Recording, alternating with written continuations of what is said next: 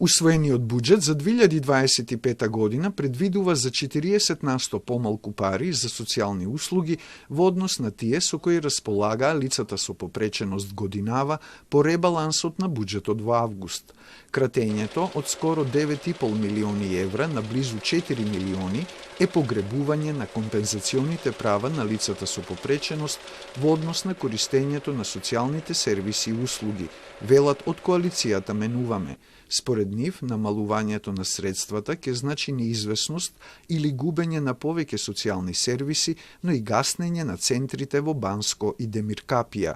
Под кирија се земени тие објекти и вие сега, ако не ги сервисирате кириите, тие ќе бидат ставени едноставно на улица, ќе бидат избркани. Го доведуваме системот во голем ризик. Ако ние имаме сега лица за попречености кои ќе користат и персонална и неговател на услуга, овие корисници ќе може да користат, ама и тоа ќе биде како што е до сега.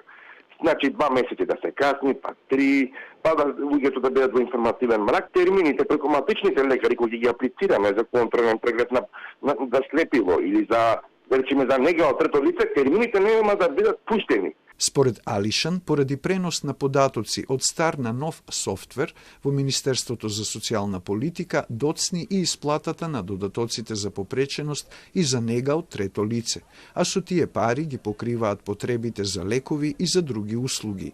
Имате семејства кои што се тотално слепи, од тие пари зависат, не работат и не добија пари. И замисле сега тоа ќе им биде за нова година и немаат никакви лекови. Од коалицијата реагираат и што се уште не се исплатени надоместоците за персоналните асистенти за октомври и ноември. А од Министерството за социјална политика смируваат дека нема простор за грижа поради скратениот буџет за социјални услуги. Со ребаланс на буџетот, кој што идната година се очекува да биде во јули, поради локалните избори на есен, ќе се процени состојбата и ќе се предвидат средства за нормална исплата на надоместоците и услугите, велат од ресорот. Оттаму повикуваат на разбирање кај корисниците во врска со преносот на податоци од стар на нов софтвер и уверуваат дека за неколку дена проблемот ќе биде надминат. Тоа се однесува и за исплатата на надоместоците за лични асистенти, додаваат од Министерството за социјална политика.